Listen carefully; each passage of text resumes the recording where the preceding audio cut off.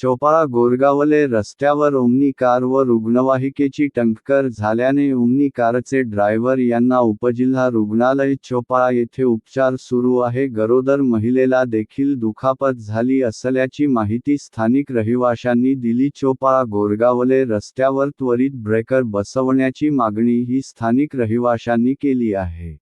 चोपाळा खेडी भोकरी गोरगावले मार्गावर आज दुपारी गंगाई नगर जवळ ओमनी कार व रुग्णवाहिकेची जोरदार टक्कर झाली. रुग्णवाहिका गोरगावले वरून चोपाळा सिव्हिल हॉस्पिटलकडे येत असताना ही घटना घडली. ओमनीचा चालक जखमी झाला असून रुग्णवाहिकेत असलेल्या गरोदर महिलेस देखील किरकोळ दुखापत झाली असल्याची पुष्टी स्थानिक निवासियांनी दिली.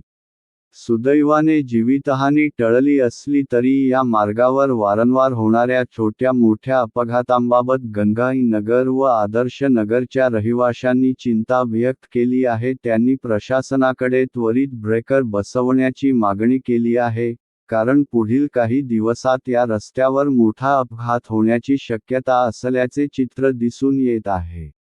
सध्या खेडी भोकरी मार्गे जळगाव वाहतूक जास्त प्रमाणात सुरू असल्याने कॉलनी परिसरातील रहिवाशांना भरधाव वेगाने जाणाऱ्या वाहनांपासून धोका असल्यामुळे गोरगावले रस्त्यावर ब्रेकर बसवण्याची मागणी रहिवाशांकडून केली जात आहे. ब्रेकर नसतील तर अशाच प्रकारे अपघात होत राहतील अशी नाराजी रहिवाशांनी व्यक्त केली आहे. त्वरित त्या रस्त्यावर ब्रेकर बसवावेत अशी तेथील रहिवाशांची मागणी आहे. महाराष्ट्र गौरव न्यूज करता मुख्य संपादक विनायक पाटील, चोपाळा जिल्हा जळगाव. ॲम्ब्युलन्स आणि ओमनीचा अपघात झालेला आहे आणि वाहतूक आता ही भरधाव वेगाने वाहनं चालतात आणि इथं स्पीड ब्रेकरची मागणी व्हायला पाहिजे.